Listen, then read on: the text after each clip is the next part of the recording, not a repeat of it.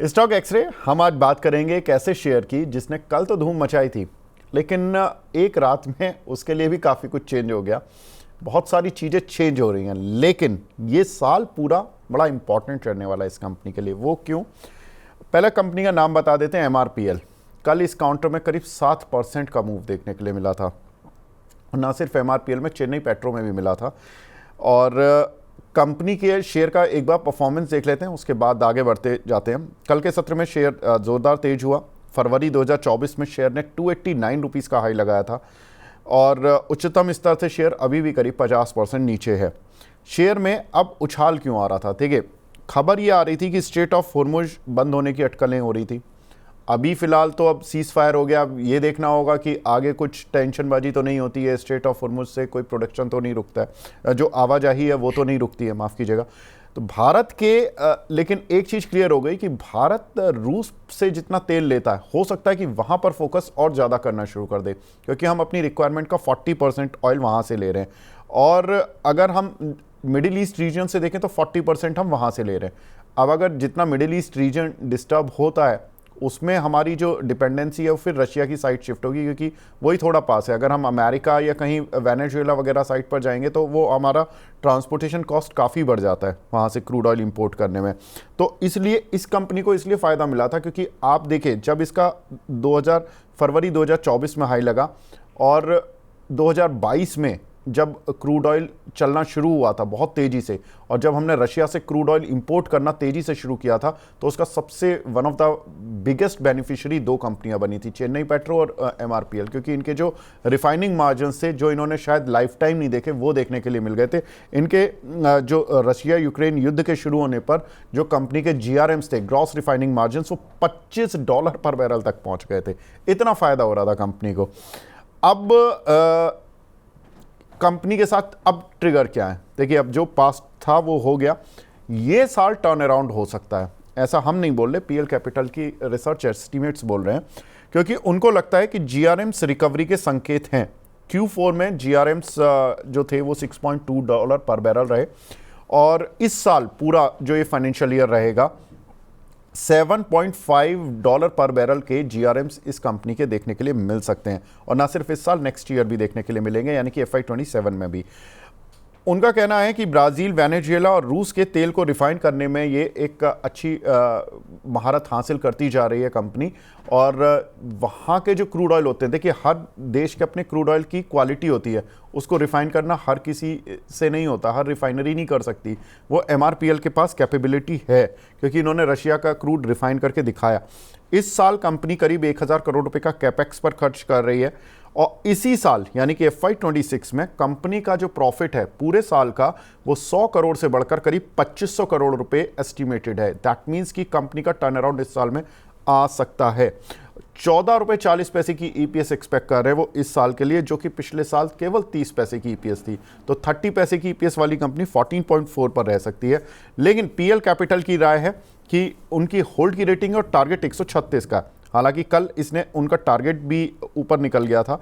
लेकिन रचित भाई से मैं पूछना चाहता हूं, जो लोग इसमें हैं, रचित भाई, अगर ऐसा ईयर आने वाला है कंपनी के लिए और ₹14 की ईपीएस इनकी आने वाली है, 14-15 रुपए के बीच में, तो क्या ये काउंटर एक दो रिजल्ट्स, जब एक दो क्वार्टरली रिजल्ट्स आएंगे तो ये इन्हीं लेवल्स पर मिलेगा, या ये वैल्यूएशन वाइज या और किसी पैरामीटर्स के आधार पर आपको लगता है कि ये नीचे भी आ सकता है? आप बताएं अपना स्पष्ट व्यू सर। सर देखिए, अभी ना हम जितनी बातें कर रहे हैं हम इस पे, क्योंकि मार्जिन इसके बहुत ज्यादा क्लोजली लिंक्ड है with the GRMs. GRM sir crude की प्राइस के साथ भी बहुत ज्यादा एक स्ट्रॉन्ग लिंकेज रखते हैं। और जिस तरीके से आप देखें कि जो ये ईरान, इसराइल, यूएस के बीच में हमने मूवमेंट देखा, जैसे ही वो आपको कूल ऑफ होता हुआ देखा, वापस से क्रूड ऑयल जो है वो कूल ऑफ आ गया। अब विवेक सर, एक चीज मैं कहना चाहूंगा, ये जो क्रूड का नीचे मेंटेन करना है ना, ये बहुत इंपॉर्टेंट है पूरी की पूरी ग्लोबल इकोनॉमी के लिए। क्योंकि जब भी आप सेंट्रल बैंकर्स के पास जाते हैं और आप बोलते हैं कि भाई साहब रेट कम कर दो, वो इन्फ्लेशन की तरफ करते हैं। इन्फ्लेशन को लोअर लेवल पे मेंटेन करने के लिए crude is one of the basic parameter. So the entire set of countries would always want the crude to maintain at lower levels. Not that मैं आपको ये कह रहा हूं कि ये जो प्रोडक्शन बढ़ा रहे हैं और सारी चीजें कर रहे हैं, उसमें कहीं आपको कोई प्रॉब्लम आती हुई दिखेगी। एंड डेफिनेटली रशियन पार्टिसिपेशन जो है वो बहुत अच्छा देखने को मिल रहा है। बट मेरे लिए इस पॉइंट ऑफ स्केप्टिसिज्म इस पर्टिकुलर काउंटर के लिए जो जीआरएम के मार्जिन है वही है। और इसके चलते मैं आपको एक ही चीज सजेस्ट करूंगा कि बिल्कुल आपको अपसाइड देखने को मिल सकता है, बट बहुत ज्यादा बुलिश ना हो। अभी इसको थोड़ा सा टाइम आपको देना पड़ेगा। और हो सकता है, क्योंकि हमने पहले भी देखा है 150 148 की रेंज में ना इसको एक रेजिस्टेंस फेस हो रहा है। एक बार आप उस लेवल को ब्रेकआउट या तो करें, तब इसमें पोजीशन बनाएं क्रूड ऑयल की प्राइस को देखते हुए। अगर उस रेंज को ब्रेकआउट करके सस्टेन करता है, क्रूड भी आपका हायर एंड पे सस्टेन कर रहा है, तो डेफिनेटली आपको एक अच्छा अपसाइड का काउंटर जो कि 224 लेवल तक जाता हुआ दिख सकता है, वो उसमें पोजीशन बनाने को मिलेगी। बट अगर क्रूड लोअर लेवल पे ही मेंटेन कर रहे हैं ना, तो इसमें हम एक दूसरी स्ट्रैटेजी भी बना सकते हैं। 118 से 124 के लेवल्स होंगे जिन लेवल्स के लिए आप इसमें अपनी पोजीशन उन लेवल्स पे बनाएं, और फिर 150 तक की रेंज में ही उस पोजीशन को आप लिक्विडेट करने की कोशिश करें। मैं कंपनी के फंडामेंटल्स को क्वेश्चन नहीं कर रहा हूं, बट जीआरएम मार्जिन और क्रूड की जो प्राइस है ना, उसको लेके मैं थोड़ा सा डाउटफुल हूं। तो ये दो पर्टिकुलर ट्रेडिंग स्ट्रैटेजी है जिससे आप इसमें अपनी पोजीशन बना सकते हैं। ठीक है, तो सर ने बता दिया कि कौन से लेवल्स हैं जहां पर कि आपको एंट्री करनी है, कौन से लेवल हैं जहां पर कि आपको एग्जिट का सोचना है। तो ये बहुत इंपॉर्टेंट स्ट्रेटजी है। और देखिए, क्रूड ऑयल चूंकि इस समय ग्लोबली सबके निशाने पर है, ऐसा नहीं कि हमारे इंडियंस ही हम ही देख रहे हैं। डोनाल्ड ट्रंप ने भी कल ट्वीट करके यही बोला था कि मैं क्रूड ऑयल के प्राइसेस देख रहा हूँ और सारे कंट्री जरा अलर्ट रहें, ड्रिल बेबी ड्रिल, दोबारा उस पर काम करने का वक्त आ गया है। तो ये कहीं ना कहीं क्रूड ऑयल जब जब फोकस में आता है तो ये सारी कंपनियां फोकस में आ जाती हैं। और इंडिया को देखिए अपनी कैपेसिटी पर ध्यान देना है, प्रोडक्शन भी बढ़ाना है, ऊपर से डिपेंडेंसी भी कम रखनी है, डाइवर्सिफिकेशन भी रखना है अपनी इंपोर्ट का। कभी रशिया युद्ध में फंस जाता है, कभी मिडिल ईस्ट रीजन फंस जाता है।